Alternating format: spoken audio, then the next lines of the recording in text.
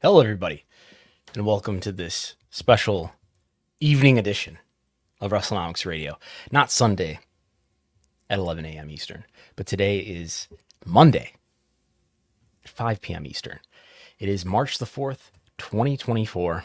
We are now more than 12 hours removed from the final conclusion of AEW Revolution, where I was up until, I think, 2:30 last night. Following the events of the press conference and things of that nature.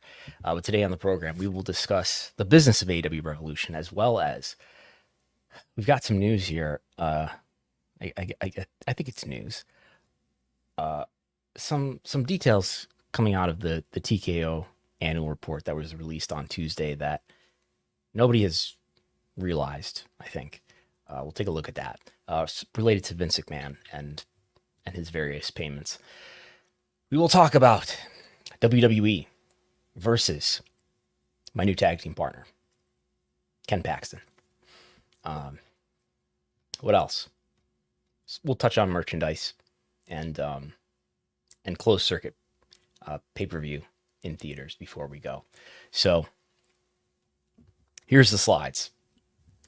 First of all, before we get into more, we had to talk, I guess, just a week ago. I was thinking, looking at these slides before I went live here, and was it only a week ago we talked to Nick Kiniski as part of Pollock and Thurston. There's a written article version of that as well.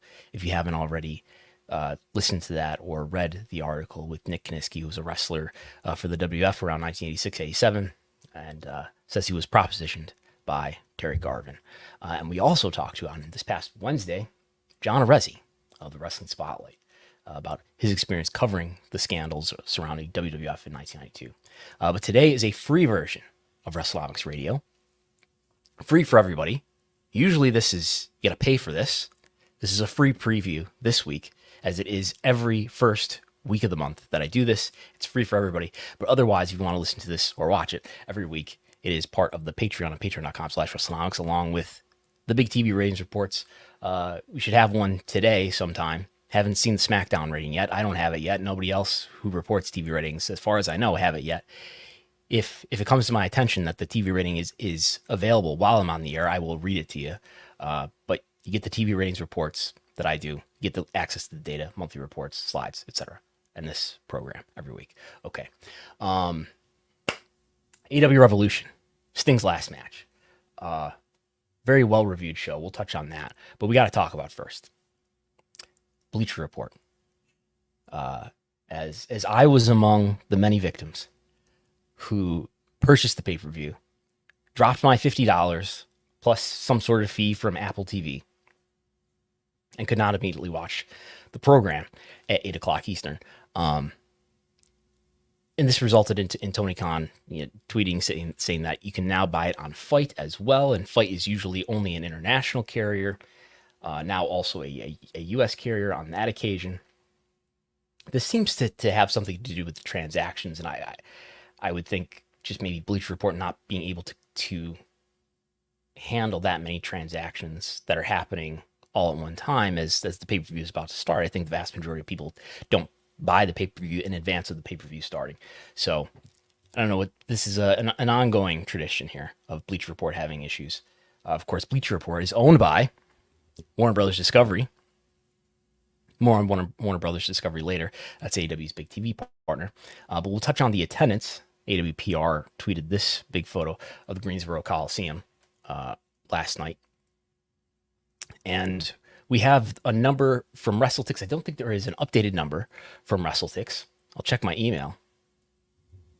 Of course, this was virtually a sellout. Oh, I do have a rating for SmackDown. I will read it to you in a moment. But I don't think we have a WrestleTix number here. A final number. But the latest number we have, I believe this is from yesterday, over 16,000 tickets distributed, 16,052. AEW announced on the broadcast itself an announced number of 16,878. So some 800 higher than the most recent estimate from WrestleTix it could just be the case that the 16,878 is a legitimate number of tickets distributed for this event here at the Greensboro Coliseum, which was essentially a sellout. I think the only tickets you could really get were probably platinum tickets, or of course resale. Very well received show. Let's look at how this stacks up against all of the other AEW pay-per-views throughout time. If we share this tab, this coming directly from the inmates at Cage Match, and this pay-per-view right now, a live look at the web browser. This pay-per-view right now is sitting at a 9.44 with 316 votes in, which is within the realm of what these other pay-per-views have got as far as votes.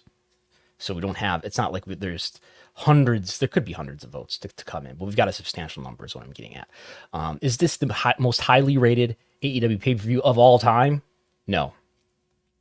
It is, I believe, only the second most highly rated AEW pay-per-view of all time on Cage Match All Out 2021, the show where CM Punk returned in Chicago. That is still more highly rated with a 9.54. Let me sort it. Let me sort this. And it is the number 2 pay-per-view. Last night's pay-per-view. The number 3 pay-per-view in terms of a rating is the last year's AEW Revolution at a 9.23. So, well received pay-per-view from at least the Cage Match voters. Looking at, I decided to make this chart earlier today, just looking at the pay-per-view / PLE event ratings over time, breaking this down across AEW, Ring of Honor, WWE Main Roster, and WNXT. Are there any strong takeaways here other than the obvious that the AEW pay-per-views perform exceptionally well for the most part, with some exceptions? That pay-per-view that they did prior to Revolution, which was called what? World's End. That one, not so great, a 5.64, which I think is the lowest rated AEW pay-per-view ever, just edging out All Out 2020. So, our takeaways to be had here. The NXT pay-per-views, PLEs, have improved in reception over time. There's definitely a before and after effect that's noticeable here when it comes to the WWE Main Roster pay-per-views, where they're all over the map in the Vince era, and then in the post Vince McMahon's first resignation era, they perform. The floor is much higher, right? They don't go below a 6 or just under a 6. Anyway, what else? There was a media scrum. This is not a media scrum; it's a press conference, but they call it a scrum. A scrum is where it's something. I've looked it up because I was concerned with this issue.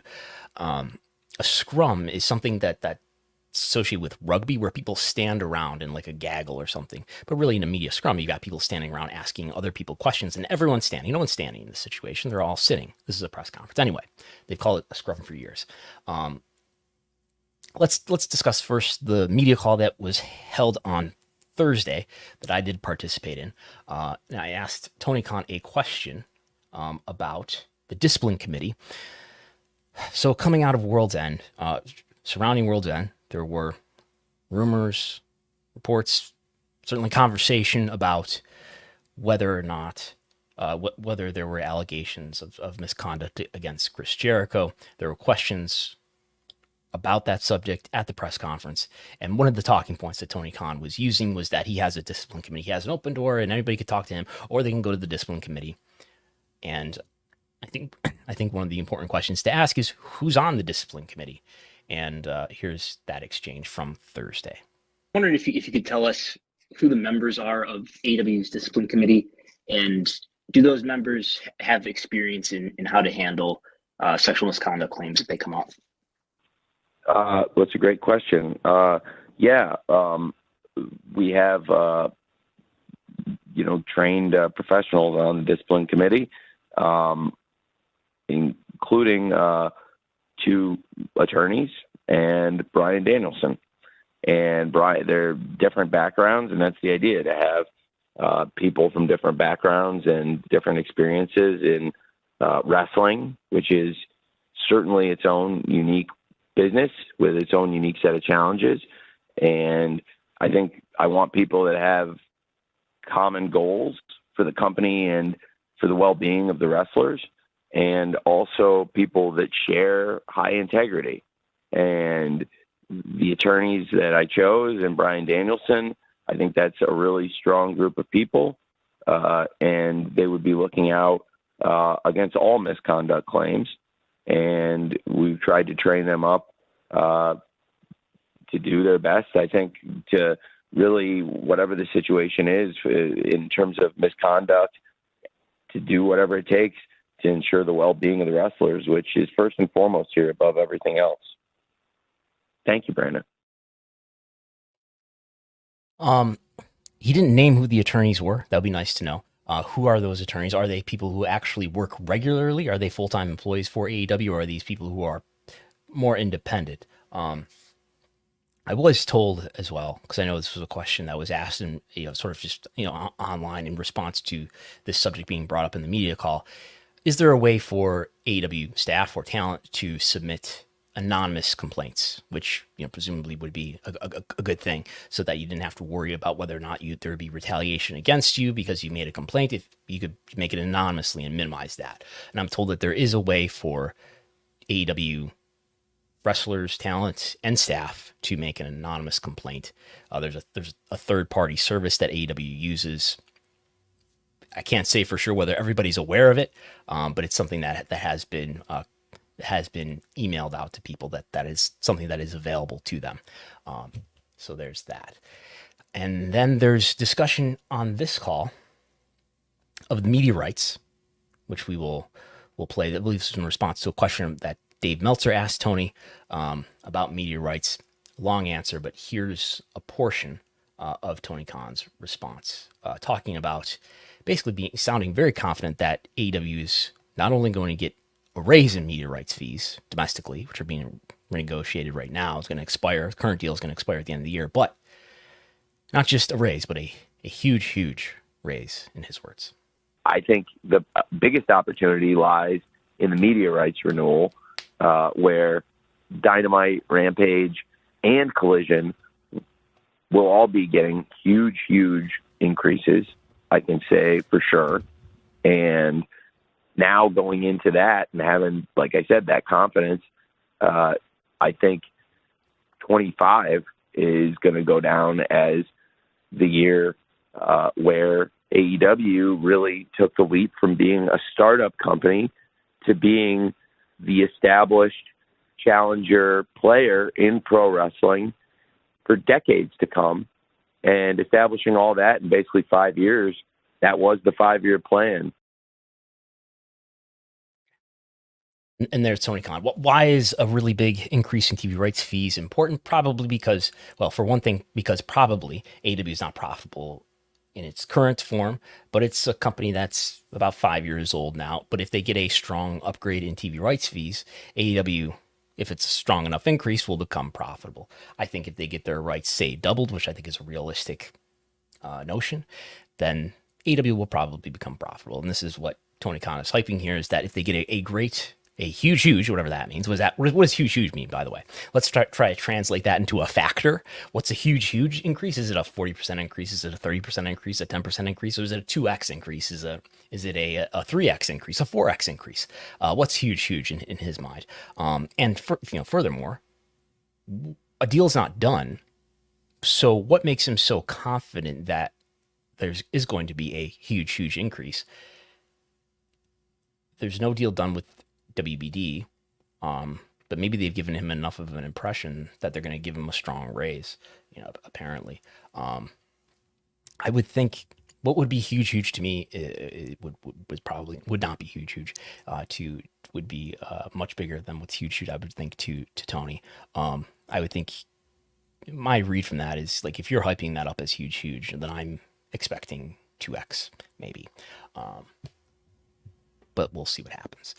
There was also discussion on the press conference after AEW Revolution last night, technically today, let's be honest, where he said that AEW and WBD are still in their exclusive negotiating period. We'll listen to that audio here. Haley Miller from comicbook.com. So as AEW continues to expand on, more pay-per-views and new and exciting content, it is a contract renewing year. So I have to ask, have talks begun between AEW and Warner Brothers Discovery? And have any other interested parties kind of been involved either? Well, we're still in this exclusive phase with Warner Brothers Discovery, which has been amazing for AEW, and very excited about the rest of 2024. And I think 2024 we're really rising to the occasion. This has been a great year, and it's going to keep going. And very proud about what we've been delivering on TBS and TNT week out. And Warner Brothers Discovery and AEW have really built a close relationship. And the current management group came in and has embraced AEW even more than ever before. We were already on such great footing, and now we've come in this past year. We've gone from 3 hours of TV across Wednesday and Friday. We added Collision, and we've added more pay-per-view events with great success. Again, very excited, April 21st, to add Dynasty to what is already, I believe, the best slate of events in pro wrestling, the AEW pay-per-views. And certainly now, I would say, it's a great time for us with Warner Brothers Discovery. We've been doing great things, and the conversations have gone really well. And I'm very, very happy to be here at Warner Brothers Discovery, and certainly I think they're very happy to have us, and we'll see what happens. But certainly we're still in that exclusive phase of what is the most important year ever in AEW's history. So what that means, in my understanding and decoding what he's saying there, is that AEW can't negotiate at this moment with anybody else other than Warner Brothers Discovery for its US TV rights. And that window will end sometime. It's getting pretty close to the end of the contract. We've got less than a year left on the contract. It expired. I believe it expires now based on things that he said at the very end of the year, not in the fall. Somebody out there can correct me if I'm wrong, who knows. But so I think when does the exclusive window end then? How long is the non-exclusive window? 6 months before termination? Maybe in July? In any case, I think there is a possibility, like I've said this before, I think there's a possibility that one of or two of the shows that AEW has, they have 3. I think there's a possibility that 1 or 2 may end up outside of the WBD world. Like Fox is a possibility. I don't know that there are any other really strong possibilities. But then again, if you would have talked to me a few months ago, I would have told you there's no way WWE's going to Netflix. So maybe a digital player is something that shouldn't be ruled out either, whether it's Amazon Prime or other digital player would there really be for one of their weekly shows. I think in addition to there being 3 weekly TV shows, there are also streaming rights. You got to get AEW pay-per-views off of Bleacher Report and maybe put them onto a service like Max, maybe along with a library deal. There's those handful of rights that are not being monetized in any way. Next day pay-per-view and library that most likely I think will stay in the WBD universe on Max alongside Sopranos and various other of Tony Khan's favorite programs. So there's that's going to not only help AEW get a better deal because they're monetizing more content that is hardly monetized at all. But maybe you've got a situation where, I don't know, just to throw out a scenario, Dynamite and the streaming rights stay with WBD, and maybe Rampage and Collision go elsewhere. So I will tell you what the SmackDown rating was now. Let's see if I can show you the actual big chart here as I look to find the chart. I'm going to show you this directly in Matplotlib, which is the library that I use to make this chart here. So this is the answer. We've got you can't quite see the demo. I'll get that logo out of the way here. 2 million. This is SmackDown's rating for Fox on Friday with The Rock and Roman Reigns occupying the first 40 minutes of this program. 2,348,000 viewers, 2.348 million viewers, a 0.64 in the demo. What does this mean compared to last? This is up from last week's number, which was kind of a lame duck show going in front of Elimination Chamber, a tape show. So this is not going to be a highest benchmark, but this is a number that's what, if you look at the line chart here, it's within the realm of what they were doing several weeks ago, but not in the realm of these really elevated numbers that they had been doing before the pre-Elimination Chamber show. So while I'm at it here, am I able to look at quarter hours? Because I don't know that I've got another audio clip where I'm going to be able to filibuster. But if I just take a look, I'm not going to show you anything, but I can tell you the first 3 quarters of SmackDown were very elevated. I'll have a report later for subscribers breaking down the quarter hours. But what I'm looking at here, I'll tell you this: the peak quarter hour was the third quarter hour, which would entail the very end of that 40-minute segment if it did go 40 minutes. And in fact, I can look at Jason Purser's quarter hour labels to corroborate that. But anyway, the third quarter hour, while it's loading, third quarter hour did 2.752 million viewers, a 0.75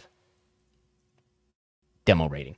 And I will check the quarter hours here, and we do go into that that third quarter. Some of that third quarter, the latter part of that third quarter, though, for SmackDown did have a backstage angle involving Austin Theory, Grayson Waller, Randy Orton, and an ad break. 2.7 million viewers is a high quarter hour. Again, I'll break that down in a more digestible way in visual form soon after I'm done with the podcast here. So we'll move. I think that's all I had to talk about AEW Revolution. Let me check here before we get into TKO.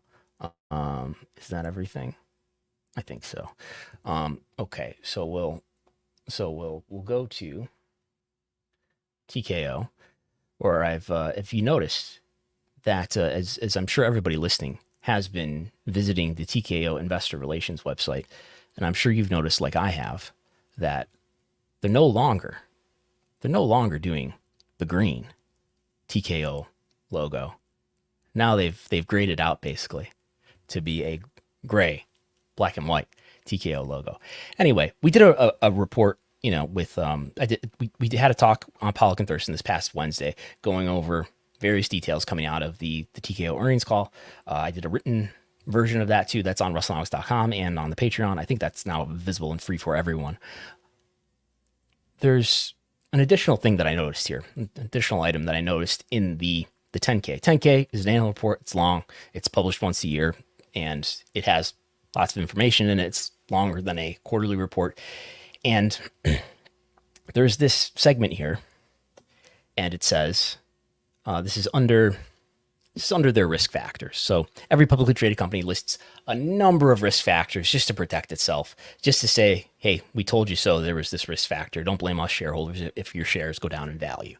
And one of these risk factors that they list, which and these are all pertinent and customized to the company, right? And one of these risk factors, and this has been a risk factor for a long time now, almost 2 years, is headed: the special committee of independent members of WWE's board of directors investigation into allegations of misconduct by Mr. McMahon and any further allegations, claims, or investigations may have an adverse financial and operational impact on our business performance. Okay, that's nothing new in itself, but there is one paragraph within that heading, within that risk factor, that is new to me, and it reads: we're going to read a lot of documents today. It's going to be fun. Subsequent to WWE's restatement of the unrecorded expenses. Unrecorded expenses refers to the 19, how many millions? It was 19 point something million. Do I have that number in my notes here? It was not 14.6 plus 5. That's 19.6 million. So as we all know, flashback to the summer of 2022, $19.6 million of unrecorded expenses that Vince McMahon used his personal funding for. He used personal money to pay for $19.6 million in mostly NDA settlements, but also some money that he gave to Donald Trump via the Trump Foundation in exchange for his performances in 2007 and 2009, including the Battle of the Billionaires, yes.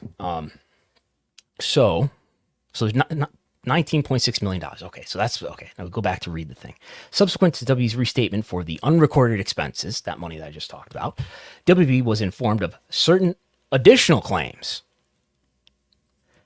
which have been settled by Mr. McMahon.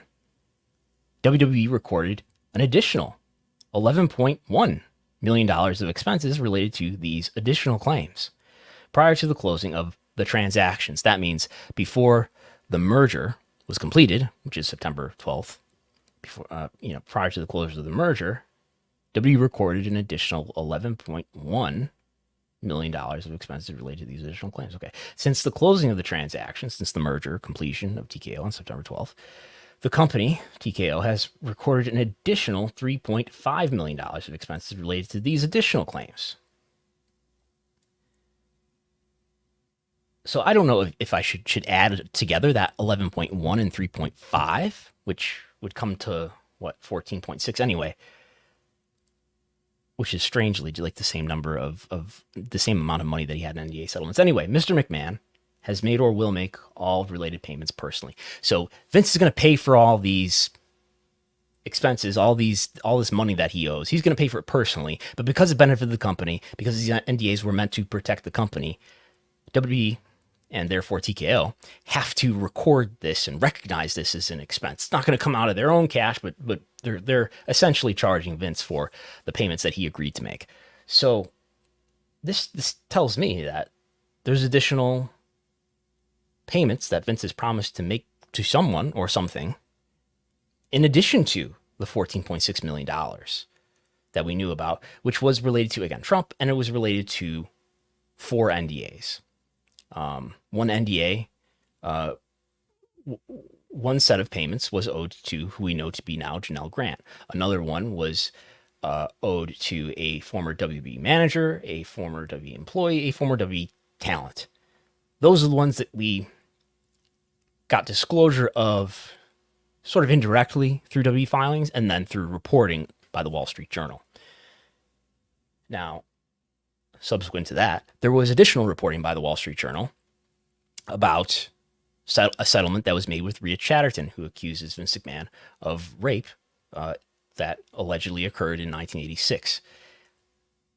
Rhea Chatterton was looking for an $11.75 million settlement. The Wall Street Journal later reported that they did come to a settlement, which was multiple millions of dollars, but less than the 11.75 that she was looking for. So we don't know a number, but it was multiple millions, but less than 11.75 million. The Wall Street Journal also reported that a California spa manager, and this is a new allegation when it was reported at the time, I believe late 2022, a California spa manager accuses Vince McMahon of assaulting her in, I believe the year is 2011. Someone representing the California spa manager and Vince's lawyers were also negotiating a settlement. There was never a report on whether they came to some sort of monetary settlement or if anything happened there. Seems quite possible they came to a settlement. It just hasn't been reported. So those are some possible answers to the question of what's this 11.1 or maybe $14.6 million of additional money related to. But then there's something even weirder, because you read on, as I'm sure we all did, read every single word of the 10K from TKO.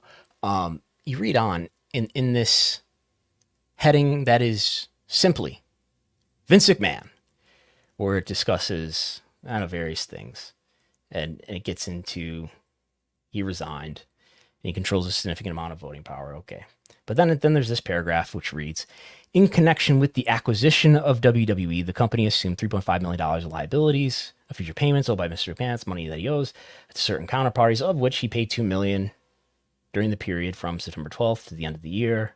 During the periods of September 12th to the end of the year, the company recorded $3.5 million of expenses associated with payments made directly by Mr. McMahon to certain counterparties.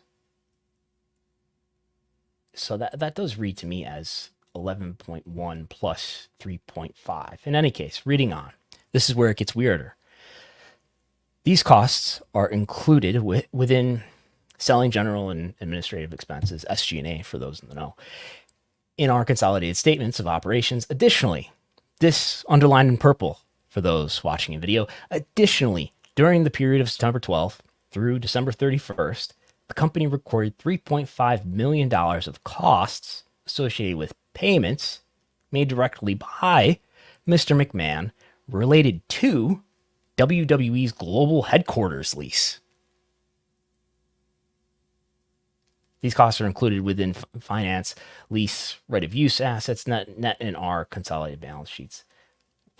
And I just have no answer to explain that. So what I'm reading here is Vince used his personal money, $3.5 million worth, for something related to WWE's headquarters lease.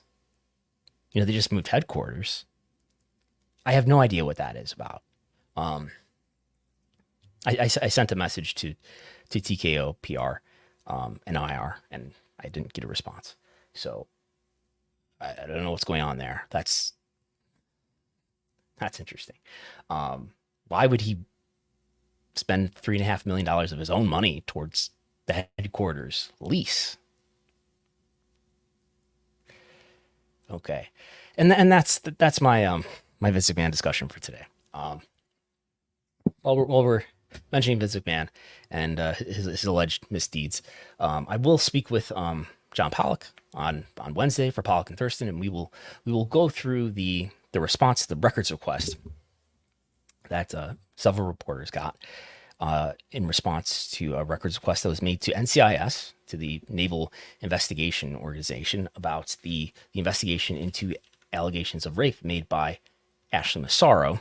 She alleges that she was raped on a overseas tour, goodwill tour, where she was in Kuwait. So we will go through those materials on Wednesday.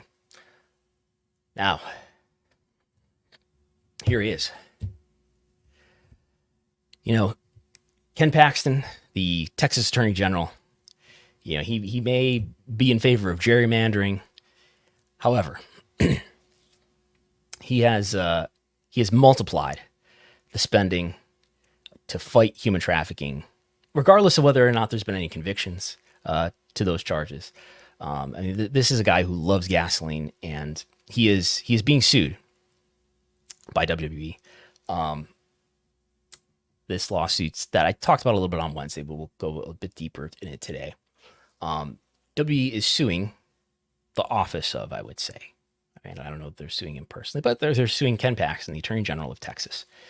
And this is in relation to a records request that I made over a year ago related to the Royal Rumble 2023 in San Antonio. I got quite a bit of records back from the city of San Antonio. They own and operate the Alamo Dome where the Royal Rumble took place. They also made a deal with WWE to bring the event to the municipality, and probably because of all the benefits that they would expect related to hotel use, restaurant use, and things like that. And I got the tickets, I got tickets information, I got ticket sales information, attendance information. We got emails between WWE staff and city staff calculating the announced attendance number, and that was all reported at the time. I think it was a couple months after the Royal Rumble 2023 happened, and the city requested to the state, because this is a state law, the Public Records Law, PIA in this case, Public Information Act in Texas is a state law. So if you want to get qualified for an exemption, which there are exemptions under those laws, certain things which can be defined as trade secrets do not have to be disclosed. The city went to the state and said, we don't want to disclose this bidding contract because this is a trade secret, essentially. And they got approval for that. In April, they were told, no, you don't have to disclose this to the nosy Brandon Thurston. This is fine. And then another party came forward. I don't know. I don't know. I guess I'll read pieces of this lawsuit that I want to read. This was filed.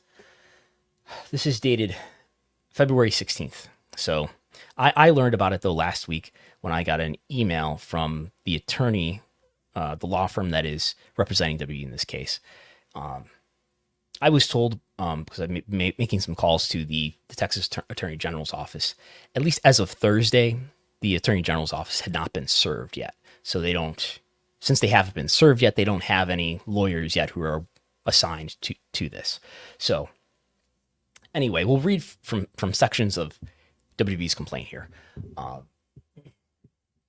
they're filing a petition for declaratory judgment against Ken Paxton in accordance with the Texas Government Code, which is the Public Information Act, seeking a declaratory judgment, an injunction, so they don't have to release this information in the judgment so that they never have to, and for any future substantially similar requests for the release of their contract, which is referred to here as September 6, 2022, Alamo Dome license agreement for WWE's 2023 Royal Rumble. So the date there is a little bit interesting to me because that gives you an idea of how far in advance, at least this agreement was made relative to when the event took place. I believe the event took place January 28, 2023, and they made this agreement 4 months in advance. So it gives you an idea of how to me, that's important because often when I make records requests, I have to give them a timeline. So 4 months in advance is when they made that agreement, roughly. As background information here, as part of the lawsuit that's described here by WB, is on February 20th, W received notice because I had to rewrite the request. I forget why. It was not specific enough or something. Or it was too broad. It was kind of a weird experience to make this records request because at first they told me that it was going to cost me money. And then, I don't know, suddenly later I just got some records. Anyway, here's what WB writes in their lawsuit. On February 20th, 2023, WB received notice from the city of San Antonio of a public information request from Mr. Brandon Thurston, the author of a wrestling blog called Wrestlenomics, which reports on professional wrestling, including financial information and statistics for WWE's events. The request sought, quote, public records related to the WWE Royal Rumble, including information about attendance, sales, and communications between the city and WWE. The city objected to the disclosure of the agreement, the contract between WWE and the Alamo Dome, which would contain what? Which would contain, I don't know what, obviously. Within the contract is what they're saying is where the trade secret information is. Presumably this would include what the city of San Antonio agreed to pay to WWE as a bidding fee, as a site fee to bring WWE to San Antonio. If you don't already know, WWE is trying to get their premium live events to the point where every single one has a site fee attached to it, and many already do. We know the Elimination Chamber, which just took place in Perth, had some sort of site fee associated with it. We know Backlash, which happened in San Juan, Puerto Rico last year, which we'll talk about later, had a site fee attached to it. We know that the Clash of the Castle in Cardiff had a site fee attached to it. We've never seen records, I don't think, but we know that WrestleMania, I believe that WrestleMania has a site fee attached to it, which would be the biggest of all, because it's the biggest event of all, and it has all these surrounding events associated with it. Anyway, the city objected in the disclosure of the agreement to the disclosure of the agreement, and on April 28th, 2023, the Office of the Attorney General published an open records letter accepting the document from disclosure, meaning they don't have to give it to Brandon Thurston. So there's that. I figured it was all done, but then they go on, and this was all happening unbeknownst to me, is that on October 12th, 2023, W received a notice from the city of another public information request. This second requester sought documents and communications concerning, quote, all bids, requests for proposals, contracts, and agreements, end quote, related to the WWE and the city's venues from 2015 to the present, and all complaints regarding the WWE from 2015 to the present. This request is now moot, as it was seeking information in connection to a lawsuit that has now been settled. That doesn't really narrow it down to what lawsuit, though, it's referring to, because during the fall and winter of 2023, I know of 3 lawsuits that were settled involving WWE, the Panini lawsuit, the trading card licensee. Does this fit that in terms of why would Panini want all bids, requests for proposals, contracts, and agreements? I know it was a contract dispute, but who knows? We know that there was the Brittany Abrams versus WWE racial discrimination lawsuit, a former writer suing WWE and various writers and named defendants directly. That was settled within the window of this time frame. I did ask Brittany Abraham's lawyer whether this was related Derek Sells, he did not want to tell me. He said he couldn't discuss anything involving his client's case. If there were complaints or issues, maybe that would help them make a case for their client. I don't know. And then there's the MLW lawsuit, which I could see why the MLW side might be interested in finding agreements between WWE and venues, and maybe that would help their antitrust case. If, as the argument would be that WWE tries to close out other wrestling organizations from their venues. But I did ask Court Bauer, and he said he didn't know anything about who this Intelligence Options was, which is the party that made this request. In any case, what WWE is saying here is that this requester was making this request because of a lawsuit that's now settled, so they don't need it anymore. And then it goes on. In response, the city submitted an objection. WWE submitted an objection in November through their outside counsel, Jennifer Oliver. WWE's brief argued that the two exceptions to the Public Information Act apply to the contested documents in this case. And they go through the law here. This certain section pertains to confidentiality of trade secrets and certain commercial or financial information, and another section of the law which pertains to confidentiality of proprietary information. The brief explained that the agreement constitutes a trade secret under the law because it contains proprietary information of WWE, which, one, would advantage competitors if released, two, the WWE has taken reasonable measures to keep secret, and three, has independent economic value in not being known or easily ascertainable by competitors. It further explained that the relevant documents should be accepted under the code because they deal with the WWE's approach to pricing, discounts, organizational structure, internal operations, and more as a vendor. So what they're referring to here is the letter that was written by the Attorney General's office by a assistant Attorney General named Michelle Garza, where she writes, where is the pertinent section here, is that the government code accepts from disclosure information submitted to a government body by a vendor, contractor, potential vendor, or potential contractor in response to a request for a bid, proposal, or qualification. Additionally, we note section 552.1101 lists certain types of information which that section to which another section does not apply. Here's the important part as I ramble here. Upon review, we find WWE has failed to demonstrate the applicability of section 552.1101A to its information. Accordingly, the city may not withhold that contract, basically, is what it's saying there. I want to find the Texas government code here. I want to find that exact paragraph here that it's referring to. 5.5, yeah, we got 4 references to it. So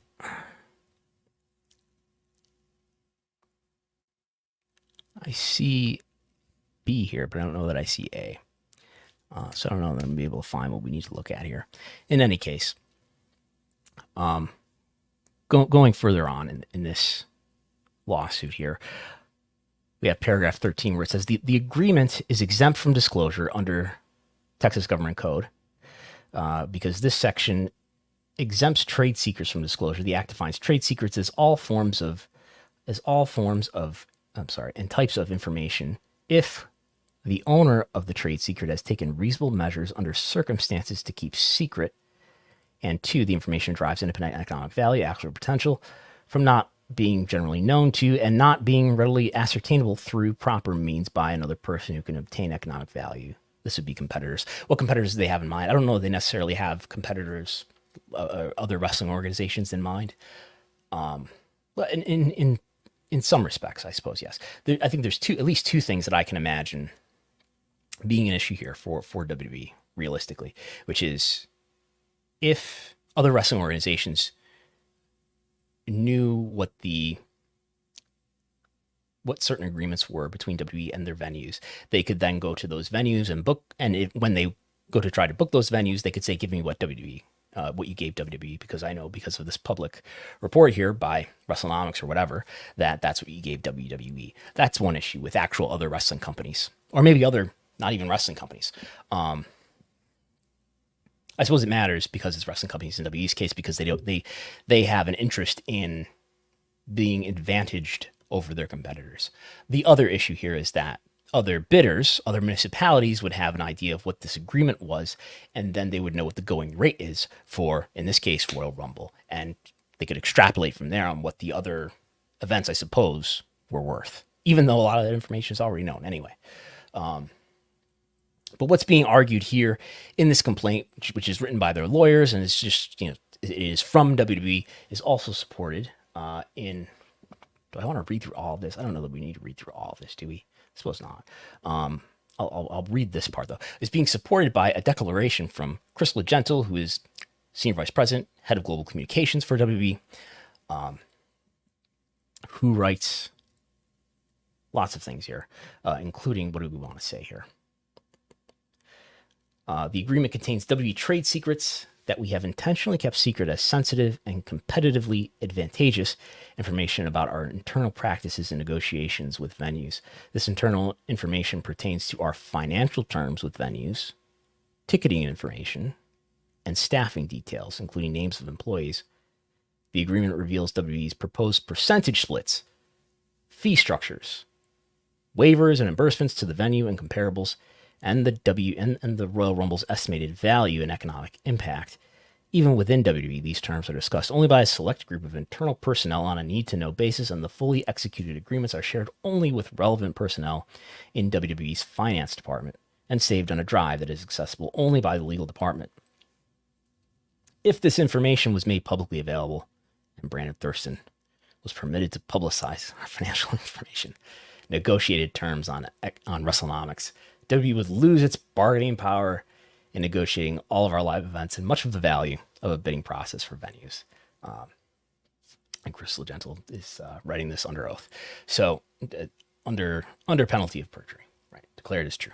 So that's sort of just making explicit what I was saying earlier about why WWE would be interested in keeping their splits, their financial information, these particular deals that they made with the city of San Antonio. They don't want that to be public. So let's talk about what's already public. And what's already public is the Royal Rumble this year, which took place, and I was there, at Tropicana Field, just outside Tampa Bay in St. Petersburg, Clearwater, Florida. That local municipality, that local tourism board paid $550,000 in a site fee. That was reported by the local media there. We know, because of my reporting, that Backlash, because of a public records request that I made, that Backlash had a site fee, all told, of about $1.8 million. $1.5 million in cash and an additional $300,000 value, which was they were allowed to use the venue for free. And then we know Clash of the Castle. As I run through all this, Clash of the Castle, the Welsh government put out a press release last year, April, where they said, this is the headline from their own press release, even though they denied a information request from a local reporter there. But anyway, they write in their own press release on their own government website, WWE's Clash of the Castle event in Cardiff in 2022 delivered a massive 10-to-1 return on investment by channeling 21.8 squiggly items, British pounds, back into the Welsh economy, a new report shows. So this is the Welsh government saying, look at this economic impact study. Look at how great this Clash of the Castle event was for our local government, or for our local economy. The government did this for you. The government's doing a great job. That's what they're trying to say there. So 10-to-1 return on investment by channeling 21.8 million Great British pounds means, I don't know, let's divide it by 10, right? You get 2.18 million pounds, which comes out to, in US dollars, about $2.8 million. So that gives you an idea what Clash of the Castle was worth. Maybe it's more because it's overseas. or maybe they just didn't know what the going rate was. I don't know. And this was earlier, right? This is the earliest of the three that we have on the screen right now. Clash of the Castle 2022 was the earliest but compared to Backlash 2023 and this year's Royal Rumble. And actually,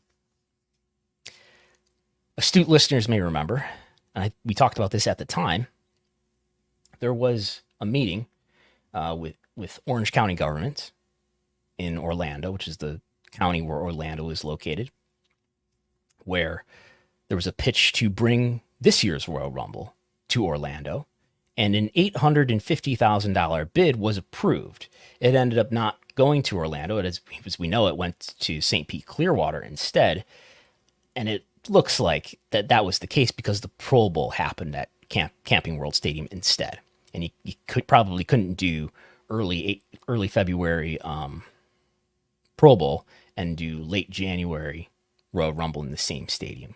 Probably too much overlap in the load in and load out or something. So that may explain why WWE went with $500,000 to do the Royal Rumble in St. Pete Clearwater as opposed to $850,000 to do it in Orlando. So we don't know from this March 2023 meeting, about a year old, almost a year old. This is late March that this meeting was held, and Florida is a very open state when it comes to public records and the openness of government meetings like this. So we do have video of this, and I'm going to show you some screenshots, essentially, of presentation slides where they're showing a lot of information related to, the pitch of why this is a good idea, why these government officials that are being pitched, they should approve of this $850,000 bid.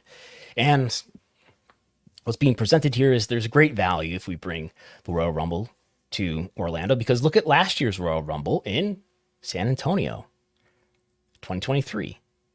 And they're saying, and this is not all like super sourced in terms of like, this is where this number is from, this is where this number is from, this is what they're telling. They're telling the officials here in Orange County. $33.6 million of generated media value to host the city of San Antonio on TV. This is talking about how WWE's TV programs promoted the city of San Antonio. If you were to buy this as advertising, what would it cost? And they're saying it's $33.6 million. There's $27.5 million through just being on TV on Raw and SmackDown. There's $4.7 million of live event advertising to the people who were there in attendance. There's broadcast PR value of $1.1 million. There's social media value, which is the lowest of all, a measly $300,000. So that really promoted the city of San Antonio to everybody who watched or attended a WWE live event, or they just were the subject of impressions of broadcast, public relations, or social and digital media. So then there's more. We have event history for the trailing 4 Royal Rumbles that actually occurred in front of fans. And there's attendance listed here. There's estimated room nights. So how many nights were given hotel room rented surrounding this event and purportedly because of this event. And we've got 2,000 room nights, 2005 for the San Antonio Rumble. The year prior, it's 1,769. The 2 years prior, 2020, just before COVID interruption, in Houston, it's 1,671. I won't read through all these numbers. There's Phoenix on here too at over 2,000, which is actually higher than the other two. Was the Phoenix Rumble in a stadium? I think it had to have been, right? Because I think they had started running Rumble in a stadium by that point, because 2017 was also the Alamo Dome. Anyway, and what are these citations make me think that some of this information came directly from WWE, because this point here where they're using 3 asterisks says WWE does not report economic impact for the Royal Rumble, but did engage Enigma Research to complete a study on SummerSlam and a like event staged annually by WWE. Enigma reported the 2021 SummerSlam, which was where? Las Vegas. Staged in Las Vegas, generated an estimated $69.8 million of economic impact. So there's some information that's public because this is a public meeting. And now I guess I'm talking about it and talked about it last year when we found out about it. This is a chart showing, hey, look, we have sort of this gap here where we have an average number of room nights throughout the year just to show you, and just to show you that the timing when Royal Rumble would take place, we are performing below average in terms of the number of rooms we have rented out. So this is why it would really fill a gap to have the Royal Rumble in here, to have people traveling in from outside of Orlando and using hotel rooms, and that would help us, fill a lot of vacancies that are just sitting there. So this is sort of guidelines of what this particular government entity, what they'll authorize, and based on what kind of baselines does this event have to deliver in order for us to justify a certain amount of money. And this is just showing that the minimum attendees has to be 50,000, and for the Royal Rumble, it's pretty close to 50,000. But if you're, I don't know, if you're tying in people who are attending not as ticket goers, but as staff and venue workers, maybe room nights is well over 35,000. That more than meets the requirement. And the economic impact, though, is not over 50 million, but it's right in the middle, 10 to 50, because of what? Because of what? They're saying the media value is 33. Anyway, although SummerSlam, if you got SummerSlam in 2021 doing about 70 million, it's going to do more than that. I don't know about these economic impact studies, though, to begin with. But anyway, we'll skip past that one. I know that one's very informative. This slide, I believe, is related to taxes on hotel rooms. As I've had to book a few hotel rooms recently, you'll notice that the taxes that they charge when you book a hotel room is pretty high. And we'll just skip to this slide. Where is it here? That the tourism tax dollars recovery would be 0.6 to 1. So basically they're saying 60% of what you're going to pay here, if you're going to pay $850,000, well, 60% of it is going to be recovered directly by just taxes from people incrementally renting rooms. That's what that's about. And yeah, I think that. Okay. So, and then we have more stuff about room nights here. And then we have, interestingly, maybe more information that has never been reported before, other than in this slide, which is public, that the Royal Rumble viewership in 2022 was among people 18 and older. And is this Peacock? Is this globally? It doesn't say. And this has got to come from WWE, I would think. I don't think NBC Universal is giving them this information, and basically nobody else knows it, I would think. 18 and over, 2022, Royal Rumble was viewed by 1.2 million adults. The following year, 1.3 million adults. And then, watch for the percentage difference that TKO might report in the Q1 report, which will be like in May or something, and you can maybe do the math here. But then they give more events to give you an idea of where does Royal Rumble stand in the hierarchy of WWE premium live events. Of course, WrestleMania is number 1 in 2022. 1.5 million adults watched it, but Royal Rumble was number 2, 1.2 million. And then you have SummerSlam, 1 million. Survivor Series War Games in 2022, 940,000. Extreme Rules, 802,000. Backlash, 766,000. Hell in a Cell, 758,000. Is this average minute? What kind of calculation is really happening here? I don't know, because we're not. This is not being tracked by Nielsen. Are we talking about the average number of people who are watching throughout the entire duration of the programming? That's what TV ratings are that we report. Or is this the number of people who watched at least some of it? Because there could be a big difference between those two things. And then we have some CPMs here, which I will have mercy on you by not reading in audio. There's all that. And then we have, what else is public? And then we have, I got, as a result of the records request that I made to the local government in Puerto Rico, I have the venue agreement between WWE and the Puerto Rican government, which is called, this entity is called Puerto Rico Convention Center District Authority. What do we learn from this agreement? We learn that there's a sponsorship fee. It was $925,000 of it was paid up front. $575,000 of it was paid later. I believe that's what it says, right? And I read this earlier today. Basically, they paid some of it in one installment and the rest of it in another installment. This is the $1.5 million in a sponsorship fee, site fee, that the Puerto Rican government paid WWE to have Backlash and SmackDown the night before. The government was guaranteed all of this ad space as well, graphics at the arena, the 5 weeks leading up to the events on both Raw and SmackDown, opening graphics at WrestleMania 39, at least 6 posts on W social media, in-programming mentions, and event exposure on Raw, SmackDown, and at WrestleMania 39, 17 million impressions across digital channels, which is a lot, and it's wonderful. And then there's local promotion, TV commercials promoting WWE Puerto Rico events on SmackDown and Backlash, billboards, radio spots, newspaper.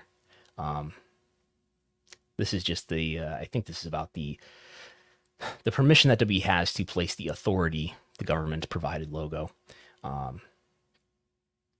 WWE will work with Move Concerts, the local promoter of record for events, to promote the events via promoters' social media pages, and will promote the events via local WWE page promotion. And there will also be public relations efforts, extensive media outreach throughout the 2 months leading to the events, that is the SmackDown and the Backlash, the week of the events, and after the live broadcast events. I believe they were even, if I have it here. Yeah. Okay. And then there's assets as part of the events. Part of this is that there's all these banners that are to be inside of the Coliseum, at least 4 TV commercials and screens before the events start. A total of 1,000 tickets will be given to the government free of charge. Basically, they get 1,000 comps. They get one sponsor 30-second commercial spot to be broadcast in one episode of Friday Night SmackDown, one episode of Monday Night Raw, and each night of WrestleMania. And at least four W superstars will showcase Puerto Rico through their own social media channels and or W platforms before, during, and or after the events. Okay. And they will do a community event as well. And this is confidential as part of this contract. Does that sound scary? Oh my God, am I publishing right now something that is confidential? Am I in trouble? Well, let's read this clause here. Confidentiality. The parties agree to keep strictly confidential any proprietary or confidential information disclosed or learned by the other party in connection with this agreement, including financial information, reports, business plans, documents, and any other information related to the business of either party, including the terms of this agreement, except to the extent necessary to comply with applicable laws or valid order of a court. I think my public information request, which is questable because of a law, would fall into that. So that's that. That's what's happening there. My point in going through all that is that, look, there's a lot of public information here already that Wrestlenomics has already published in one form or another. But who knows what's in that San Antonio bidding agreement? It might be something, maybe the secrets of the earth in there. And what's been speculated to me is that there could be blackout dates to prevent other pro wrestling organizations from running the Alamo Dome within X days of this event or something like that.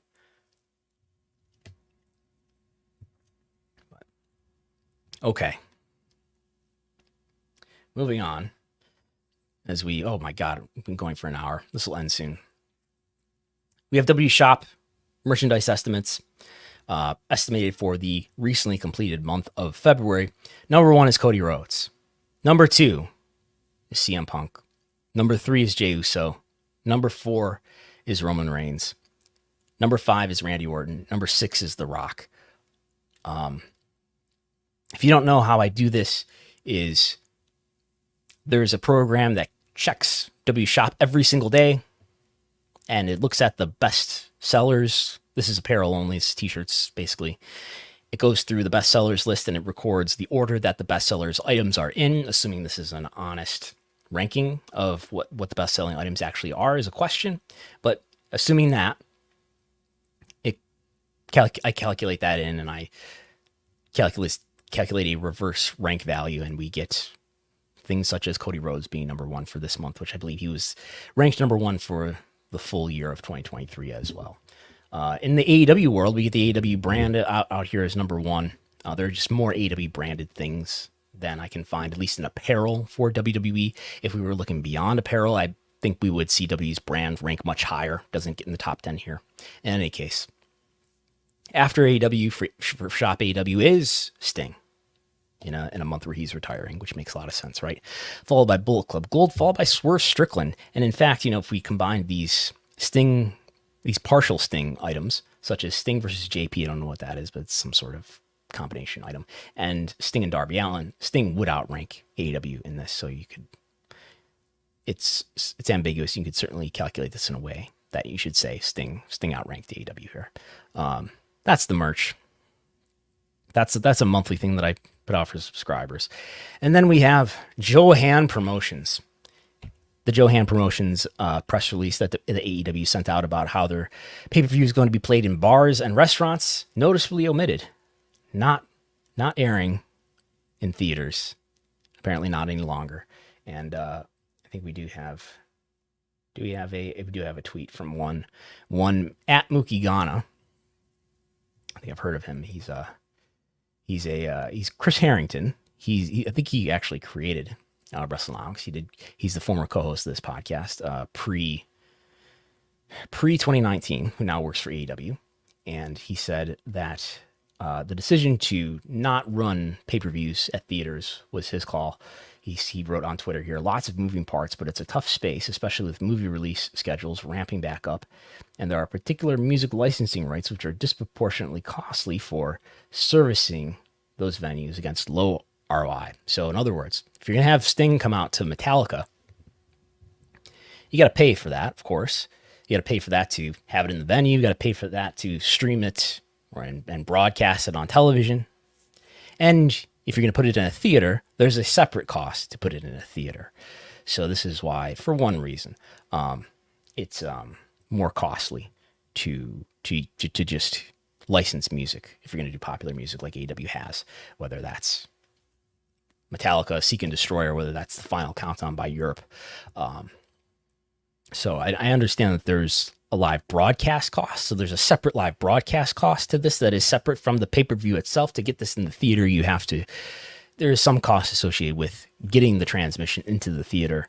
And you're also competing with other movies, essentially. You've got to, convince the theater that for the 6 hours or whatever that AEW is going to occupy this theater room for, that it's going to sell better than a movie would in its place. This is why, for example, I believe we didn't get All In theaters, because that was like International Movie Day or something like that, where movies were all cheap, and I don't think they could justify putting AEW in the theater instead of those movies. And Johan takes a cut because Johan Promotions is making these relationships happen, is making the AEW pay-per-views get into the theaters. And that's the justification. I guess the notion is that you weren't making that much money on closed circuit pay-per-view in the first place, but the idea is that, well, if you get somebody to watch this who wouldn't normally, and maybe they watch a couple pay-per-views at home later where the margin of profitability is much higher, well, then it's worth it, even though this is a really low margin business, which they're not going to continue to do anyway. So there's that. I'm going to end the podcast now. Once again, if you want to listen next week, patreon.com/Wrestlenomics is how you listen to this podcast every week. You can hear me recite numbers and maybe say a few interesting things as well. This is the kind of content, if you're watching a video, that we had out just last week, the estimated Shop AEW e-commerce merchandise rankings, quarter hours. I can tell you quarter hours for SmackDown and a full show report for SmackDown will be up shortly. We had audio of the Tony Khan media call, quarter hours, and show report for Dynamite, for NXT, for Raw, for SmackDown, for Rampage, some coverage of the TKO earnings call, etc. Just to give you an idea of what's there. You get slides that I'm going through right now as well. So thanks everybody for listening and tuning in. There's something nice and heartfelt I wanted to say to all listeners too, but I now forget what it is. But thanks everybody for supporting, whether you're a subscriber or not, or whether you're just watching for free, that I'm able to do this Wrestlenomics related work, and that it's not free to to make this business go and to pay for everything that needs to be paid for, including sometimes traveling to these events so I can ask one question or two questions maybe. And that's because of the listeners that we have here. And I guess just sort of thinking in light of the layoffs that we've seen from, Vice and the Wall Street Journal, two outlets, in fact, that have done a lot of important wrestling related reporting of late.